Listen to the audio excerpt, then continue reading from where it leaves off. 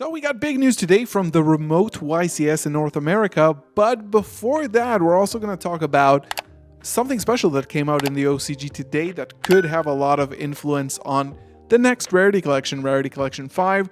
This is it, and we'll talk about that a little bit later after we cover what went on in the Remote Duel YCS. So this took place over the weekend, the last weekend, a couple of days, Saturday, Sunday as usual. 454 duelists from around the world in the Remote Duel YCS. And yeah, Remote Duel YCSs are still happening. You play from home with a webcam on Discord, and it's official. And it's actually a YCS with the same pricing, I think exactly, right?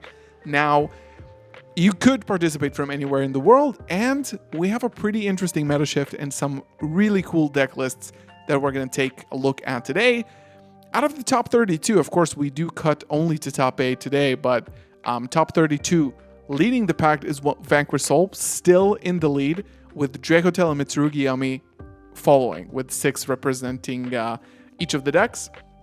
In top 32, Pure Yami, we have Gem Knights, Mitsurugi, Odeon, Orcust, Malice, and Shaddoll's are back. Shaddoll's are back, basically.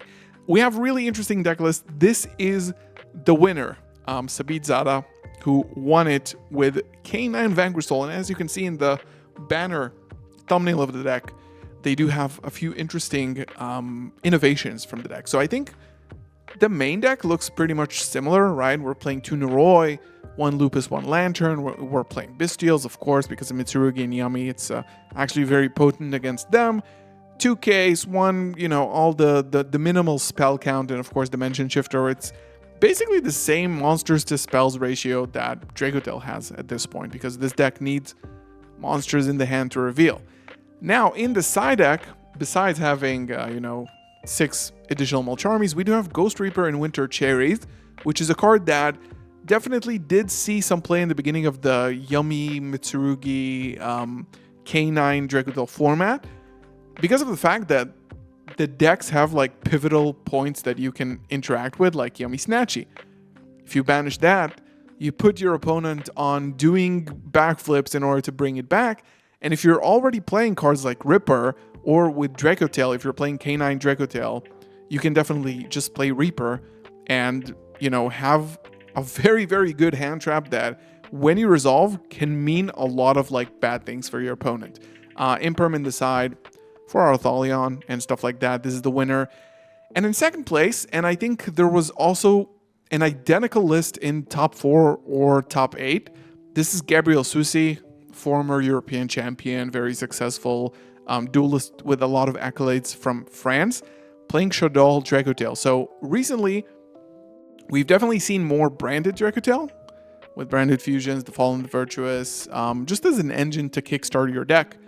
But Susi took it to a different place. So we're playing the normal Dracotel engine, we're playing 3 Urgula, but then we are playing 2 Squamata, 1 Dragon, 1 Hedgehog, and 1 Beast, a Cartesia, Perulia in the main deck, a couple of Cartesias actually, and this newest edition, which is Performapal Odd Eyes Dissolver.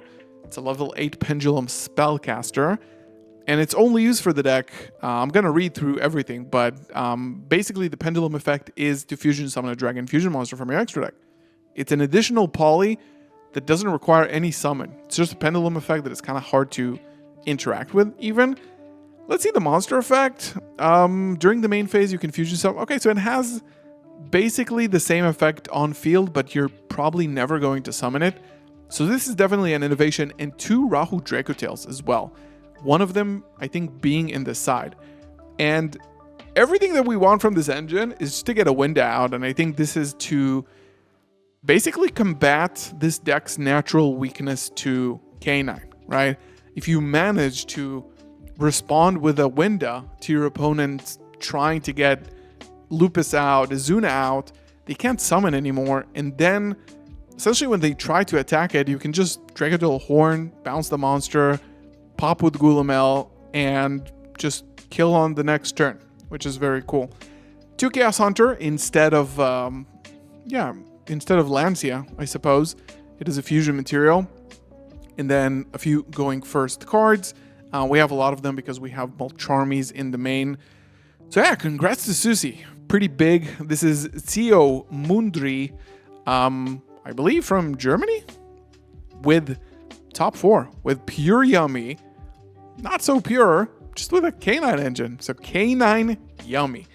Why not? More room for non-engine, I assume, with cards like Purge, Infinite Impermanence, Obedience School is really, really good. Piri Rice map for consistency. There's a lot of consistency here just because you can look at this. It's 12 yummy names in the main deck plus Piri Rice map.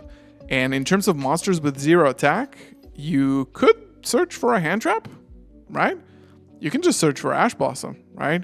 After adding it to the hand till the end phase of the next turn after, you cannot activate the... Okay, so you can't add hand traps, but you can add Cupsy. And I think that's basically it. You can just add a Cupsy to your hand. So this is pretty cool. We have a little bit of a K9 extra deck. We're not even playing Ripper. We're just playing Tiras for a Zeus line, which is very, very strong, and Valon to entrap like Malice plays and Yummy plays. And in the side, we have Forbidden Chalice. We have Solemn Warning. Really, really cool to see this deck list. Congrats to Zio, because this is pretty innovative. And then top 8, we have Gem Knight. This is an infamous going second deck, and besides playing Sales Band to play around Droll and stuff like that, Ash Blossom, whatever, we're playing 6-mil Charmies. This has been a theme that you've seen in some of these decks here, and 3 Fallen of the Virtuous, one of the best going second cards. And what's more cool about that is that you basically get another free one. You activate Fallen, you destroy, you send Albion, you get another one in the end phase. Why not? Dispatch Paparazzi. I haven't seen this card in a while. 2 effective monsters. When another monster you control is targeted for attack, you can change the attack. When this card is destroyed by battle, you can destroy that opponent's monster. If you do, gain life points equal to half that monster's original attack. Maybe it's just a generic... I'm not even sure. You guys explain in the comments below.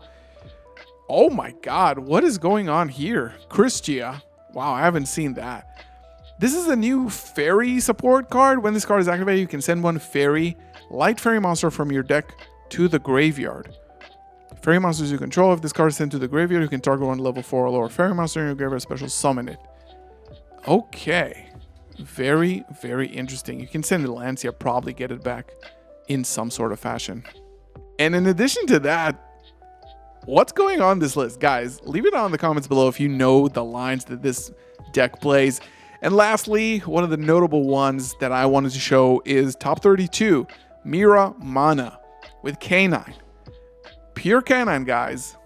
3 Zuna, 3 Jokul, 3 Noroi, 2 Lantern, 1 Lupus.